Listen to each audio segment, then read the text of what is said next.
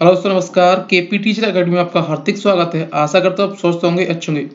दोस्तों, आज हम हिंदी सीटीपी बाल विकास शिक्षा शास्त्र का 30 क्वेश्चन सेशन लाएंगे, जो कि सीटेट पर दृष्टि से बहुत ही महत्वपूर्ण होगा। वीडियो को लाइक करें, जैसे शेयर करें, चैनल को सब्सक्राइब करें, बेल आइकन प्रेस कर रहे हैं, जिससे कि नोटिफिकेशन माध्यम से आपको वीडियो मिलती रहेंगी। तो आज का हम फर्स्ट क्वेश्चन स्टार्ट करेंगे। भाषा शिक्षण की प्रत्यक्ष विधि में ऑप्शन देखेंगे। ए, मातृभाषा का निरर्थक हस्तक्षेप होता है। बी, ए, भाषा अर्जन की स्वाभाविक स्थिति का निर्माण होता है। सी, ए, अतिरिक्त शिक्षण सामग्री की कोई आवश्यकता नहीं है। नहीं। डी, ए, भाषा की विधिवत संरचनाओं के लेखन हेतु अभ्यास पर बल दिया जाता है। तो क्वेश्चन में पूछा जा रहा कि भाषा शिक्षण की प्रत्यक्ष विधि में किस प्रकार से भाषा अधिगम सीखने में सहायक होती है, यह क्वेश्चन में पूछा है। तो जैसे कि बात करती हैं, भाषा शिक्षण की प्रत्यक्ष विधि है जो कि भाषा जन की स्वाभाविक स्थिति का निर्माण होता है। तो हमारा आंसर करेक्ट हो जाएगा यहाँ पे हमारा बी। अगला क्वेश्चन देखेंगे। भाषा शिक्षण की कौन सी विधि मातृभाषा को मध्यस्थ बनाए बिना दूसरी भाषा को सीखने पर बल देती है? ए है द्वितीय भाषी विधि, बी है अनुवाद विधि, सी है व्याकरण एवं अनुवाद विधि, बी है प्रत्यक्ष विधि, डी है माफ कीजिए। तो क्वेश्चन में पूछा गया है कि भाषा शिक्षण की ऐसी कौन सी विधि है जो कि मातृभाषा को मध्यस्थ बनाए बिना दूसरी भाषा सीखने में सहायक होती है, बल देती है। यह क्वेश्चन में पूछा जा रहा है। तो इसकी बात करते हैं कि भाषा शिक्षण में जो कि मातृभाषा को बिना मध्यस्थ बनाए के लिए दूसरी विधि जो दूसरी भाषा सीखने के लिए जो कि हमारी प्रत्यक्ष विधि होती है, जो कि हम डायरेक्टली किसी चीज को देखते हैं और चीजों को सीखते हैं। तो हमारा आंसर यहाँ पे करेक्ट हो जाएगा टी। अगला क्वेश्चन देखेंगे। बच्चों के सीखने संबंधी कठिनाइयों का पता लगाने की प्रक्रिया को कहते हैं।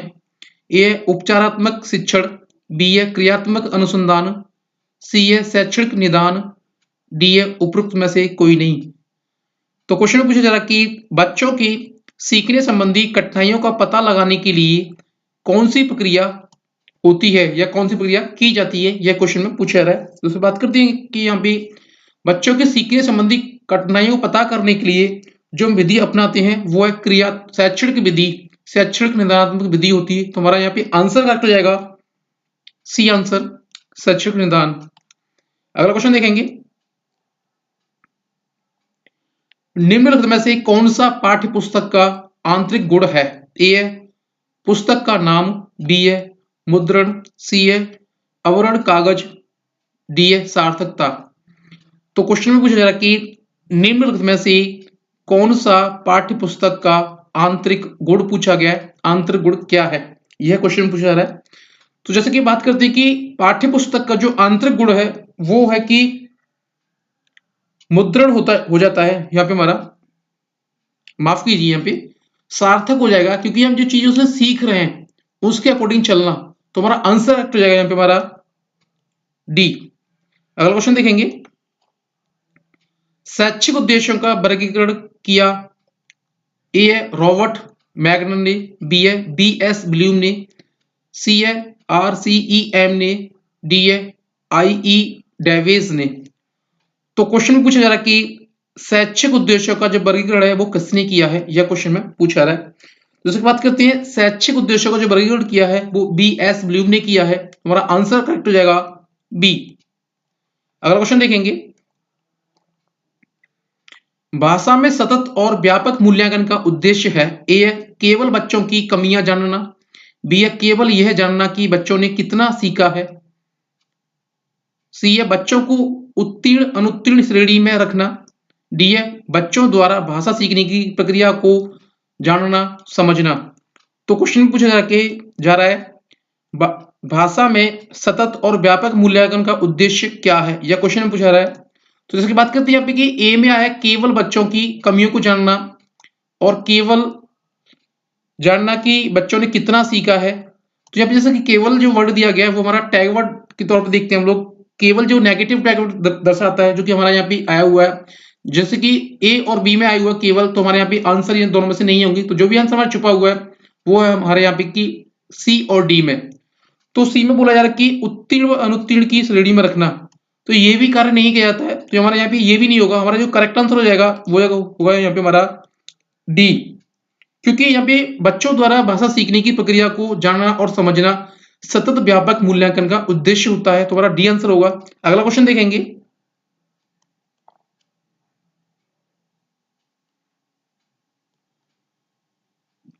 किसी छात्र में आलोचनात्मक चिंतन का विकास करने हेतु निम्नलिखित में से सबसे उत्तम उपाय क्या है? ए है उसको हमेशा सकारात्मक प्रलोभन दिए जाए, बी है उसके आत्मसम्मान से सुरक्षित किया जाए, सी है उसके प्रेरकों का मार्गदर्शीकरण किया जाए, डी है उसको प्रशंसा द्वारा खुश किया जाए। तो क्वेश्चन में पूछा जा रहा है कि छात्रों में आलोचना व चिंतन करने का जो विकास है करने हेतु सबसे उत्तम उपाय क्या होगा, यह क्वेश्चन में पूछा जा रहा है। तो इसकी बात करते हैं, छात्रों में उत्तम विकास या आलोचनात्मक उत्तम विकास करने के लिए जो कि हमें सबसे जो बेटर कार्य करना होगा वो छात्रों को प्रेरित करना होगा और उनका मार्गदर्शन करना होगा। तो हमारा आंसर इसका करेक्ट हो जाएगा, इसका अकॉर्डिंग हमारा सी, उसके प्रेरकों व मार्गदर्शीकरण का किया जाए, तो हमारा आंसर सी हो जाएगा। अगला क्वेश्चन देखेंगे। बोलने में कठिनाई का अनुभव करने वाले छात्रों ए को अधिक से अधिक बोलने व पढ़ने का अवसर मिलना चाहिए, बी के मन से भय एवं झिझक की भावना निकालनी चाहिए, सी को अभ्यास समुचित अवसर उपलब्ध करवाना चाहिए, डी उपरोक्त सभी। तो क्वेश्चन काफी अच्छा पूछा गया। क्वेश्चन पूछा जा रहा है कि बोलने में जो छात्र कठिनाई का अनुभव महसूस करते हैं उन छात्रों के लिए क्या क्या प्रक्रिया करनी चाहिए, ये क्वेश्चन पूछा जा रहा है। दूसरी बात करती है कि ऐसे छात्रों को अधिक से अधिक हमें अवसर देने चाहिए पढ़ने के लिए और मन से भय व झिझक को की भावना को निकालनी चाहिए, क्योंकि उनके अकॉर्डिंग वहां पे एनवायरनमेंट ऐसा क्रिएट करे कि बच्चों को यह फील हो कि हमारे अनुकूलित है चीजें, और को अभ्यास समुचित अवसर उपलब्ध कराने चाहिए, ज्यादा से ज्यादा हमें अभ्यास कराना चाहिए बच्चों के लिए। तो हमारा यहाँ पे आंसर हो जाएगा डी, उपयुक्त सभी। अगला क्वेश्चन देखेंगे। मौखिक अभिक्षमता माफ कीजिए मौखिक अभिव्यक्ति में निम्नलिखित में से कौन सी विशेषता होनी चाहिए? ए है स्वाभाविकता, बी है स्पष्टता, सी है बोधगामिता, डी है ये सभी। तो क्वेश्चन में पूछा जा रहा है कि मौखिक अभिव्यक्ति में जो कि निम्नलिखित में से कौन सी विशेषता होनी चाहिए, यह क्वेश्चन में पूछा गया है। तो इसकी बात करते हैं, मौखिक अभिव्यक्ति में जो कि विशेषता होनी चाहिए स्वाभाविकता, स्पष्टता, बौद्धिकामिता, तीनों होनी चाहिए यहाँ पे। तुम्हारा आंसर हो जाएगा डी, ये सभी। अगला क्वेश्चन पढ़े देखेंगे। कहानी सुनाने से ए बच्चों की कल्पना शक्ति व चिंतन शक्ति का विकास होता है, बी बच्चे प्रसन्न होते हैं, सी बच्चे कक्षा में एकाग्रचित होकर शांत बैठते हैं, डी बच्चे अनुशासित रहते हैं। तो क्वेश्चन काफी अच्छा पूछा गया। क्वेश्चन पूछा जा रहा है कि कहानी सुनाने से कक्षा में या कक्षा कक्ष में किस प्रकार की प्रक्रिया होती है, यह क्वेश्चन हम पूछा रहा है। तो इसे बात करते हैं, कहानी सुनाने से जो कि छात्रों को और बच्चों की कल्पना शक्ति और चिंतन शक्ति में विकास होता है। हमारा आंसर तो जाएगा इसके अकॉर्डिंग हमारा यहाँ पे ए। अगला क्वेश्चन देखेंगे। क्वेश्चन देखते हैं पहले। भाषा अर्जन और भाषा अधिगम के संदर्भ में कौन सा कथन सही नहीं है? तो क्वेश्चन नेगेटिव में पूछा गया है। पहले ऑप्शन देखते हैं। ए सांस्कृतिक विन्यास विभिन्नता भाषा अर्जन और भाषा अधिगम को प्रभावित करने वाला महत्वपूर्ण कारक है, बी है भाषा अर्जन में विभिन्न संकल्पनाएं मातृभाषा में बनती हैं, सी है भाषा अधिगम में कभी भी अनुवाद का सहारा नहीं लिया जाता है, डी है भाषा अर्जन सहज और स्वाभाविक होती है और जबकि भाषा अधिगम प्रयासपूर्ण होता है। तो क्वेश्चन में पूछा गया कि कौन सा कथन सही नहीं है। जैसे कि क्वेश्चन पूछा जा रहा है कि कौन सा कथन सही नहीं है, क्वेश्चन नेगेटिव में दिया गया है। इस प्रकार क्वेश्चन सीटेट में भी आते हैं। पहले क्वेश्चन को बिल्कुल पढ़ेंगे कि क्वेश्चन क्या पूछा जा रहा है और उसके अकॉर्डिंग हम आंसर देंगे। जैसे क्वेश्चन में पूछा जा रहा है कि भाषा अर्जन और भाषा अधिगम के संदर्भ में कौन सा कथन सही नहीं है। तो जैसे बात करती है पहले सही कथन को देखते हैं यहाँ पे। तो यहाँ पे जैसे कि बात करेंगे सांस्कृतिक विभिन्नताएं और भाषा अर्जन करने में भाषा अधिगम को प्रभावित करती हैं, ये महत्वपूर्ण कारक है, ये एकदम सही है। और भाषा अधिगम कभी भी अनुवाद का सहारा नहीं लिया जाता, ये भी सही है।